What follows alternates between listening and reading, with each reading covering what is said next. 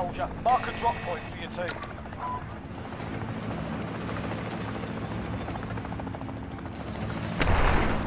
Enemy dropping into the AO.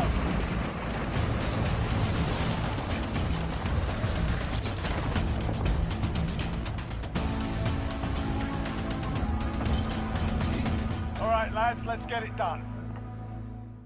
Nešto kasnije ćemo nastaviti da igramo Call of Duty, ali ćemo prvo predstaviti o kakvom se kontroleru radi. U pitanju je Spawn ControlPlay. To je kontroler koji je prvobitno namenjen za igranje na PC-u i na Sony PS4. Ali kao što ste vidjeli u ovom kratkom snimku, možete ga igrati, to jest možete ga koristiti i sa mobilnim telefonom. O tome ću vam pričati nešto kasnije, kad budemo prešli ovaj deo s unboxingom. Znači, u kutiji, pored samog kontrolera, dobijemo još uputstvo za upotrebu i ovaj kabel koji služi za povezivanje i ujedno i za punjenje kontrolera. Ono što bih htio da naglasim je da je jako bitno da sačuvate uputstvo za upotrebu za ovaj model, jer ćete na internetu jako teško naći bilo kakve informacije vezano za njega, znači i kako povezati i kako programirati ovaj kontroler. Sad kad smo već kod povezivanja, ControlPlay možemo povezati sa PC-em i sa Sony PS4 na dva načina, i putem kabela i bežično, znači bežično putem Bluetootha 5.3, znači ukoliko imate matičnu ploču koja podržava bežičnu konekciju u vašem računaru, moći ćete i na taj način da se igrate, znači i bežično, što sam ja iskoristio kod mene, na primjer. Sad, možete se povezati i na telefonu, kao što ste vidjeli, podržava, ja mislim da podržava i Android, ja sam se povezao na iPhone-u bez problema. Jedino što morate pronaći neku igricu koja će biti potpuno podržana, znači da ćete moći da se igrate s tim kontrolerom. Ja sam na primjer našao igricu Call of Duty Warzone, mobilna verzija, tamo ne možete da se krećete po meniju sa kontrolerom, ali možete da se igrate, znači gameplay je potpuno podržan.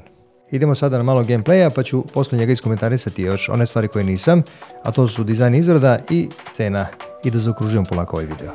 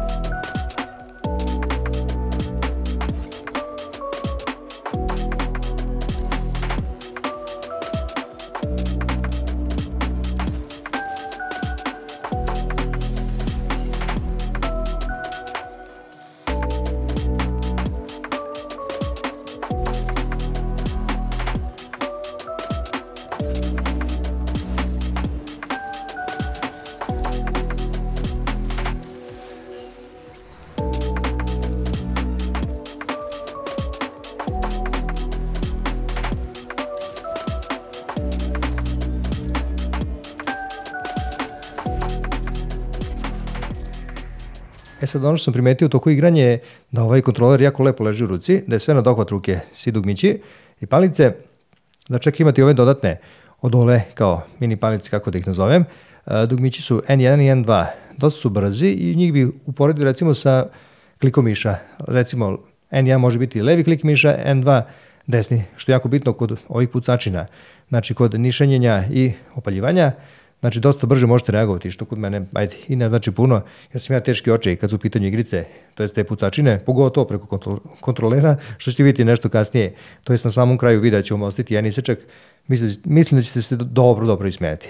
I pre nego što vas prepustim onom komičnom gameplayu koji sam ostavio za sam kraj, reću samo još par stvari vezano za kontroler, a to je da ovaj kontroler ima integrisanu bateriju od 800 mAh, ima audio jack ukoliko vam je neophodan, i nisam iskomentarisao samu izradu joysticka, to jest kontrolera, dosta je dobre izrade, znači dosta je čvrst, jedino što je po meni možda zamerka, tako da kažem, i manji minus, je što nema one gripi delove, znači za bolji hvat, ukoliko se recimo više znoje ruke, to će biti možda mali, da kažem, minus, mali problem. Cena u momentu snimanja je bila negde oko 5000 dinara, ali u svakom slučaju ću ostaviti linkove u opisu ispod videa od svega o čemu sam danas pričao, znači tu ćete moći i detaljnije da pogledate nešto o ovom kontroleru, da vidite i zadnju updateovanu cenu, tako da to je bilo to što se mene tiče ovog videa, ovog kontrolera. Prepuštam vas sad onom famoznom gameplayu za sam kraj. Vidimo se.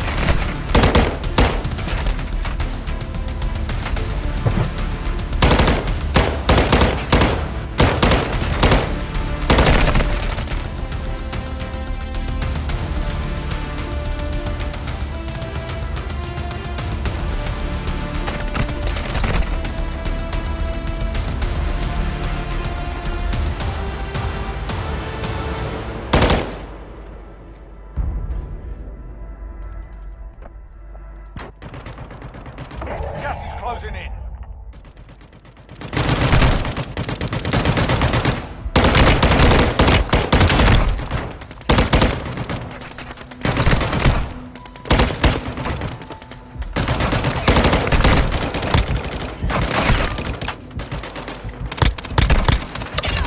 Damn, that shit was close.